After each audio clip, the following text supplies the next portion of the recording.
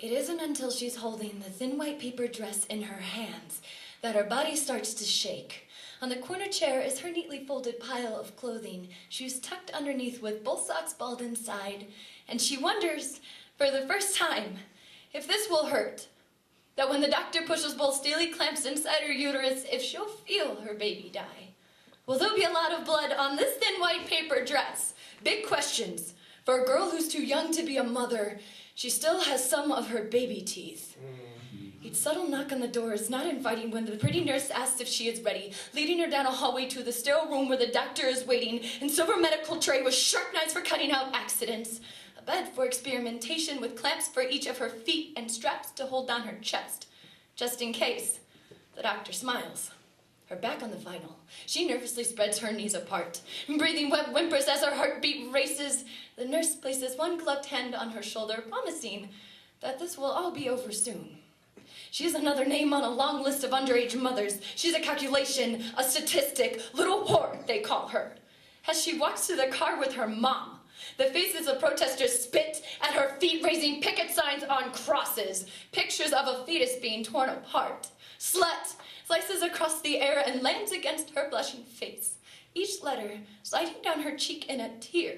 She doesn't see a single sign that reads, "Daddy liked me better than my sister." She's the winner in a twisted lottery where 1 in 32,000 girls gets raped every year by a parent. Road tripping to Wichita since legal clinics are shrouded by allegations. A tragic pilgrimage of her lost childhood. Being crucified by Bible-thumping hypocrites that would shoot her just as quickly as the man who wanted to save her.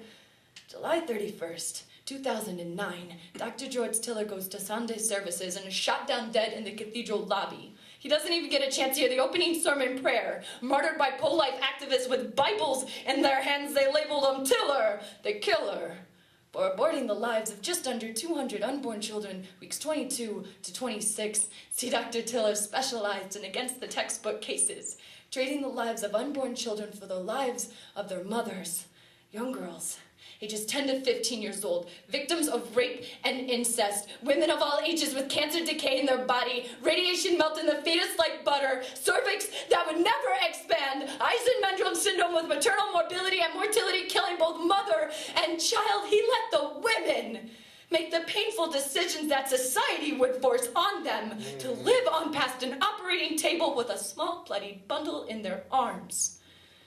An egg smashes against the window of her mother's car as they pull away from the clinic. And the young girl wonders just how many people protest all the baby chicks that become yellow smears sliding down the glass.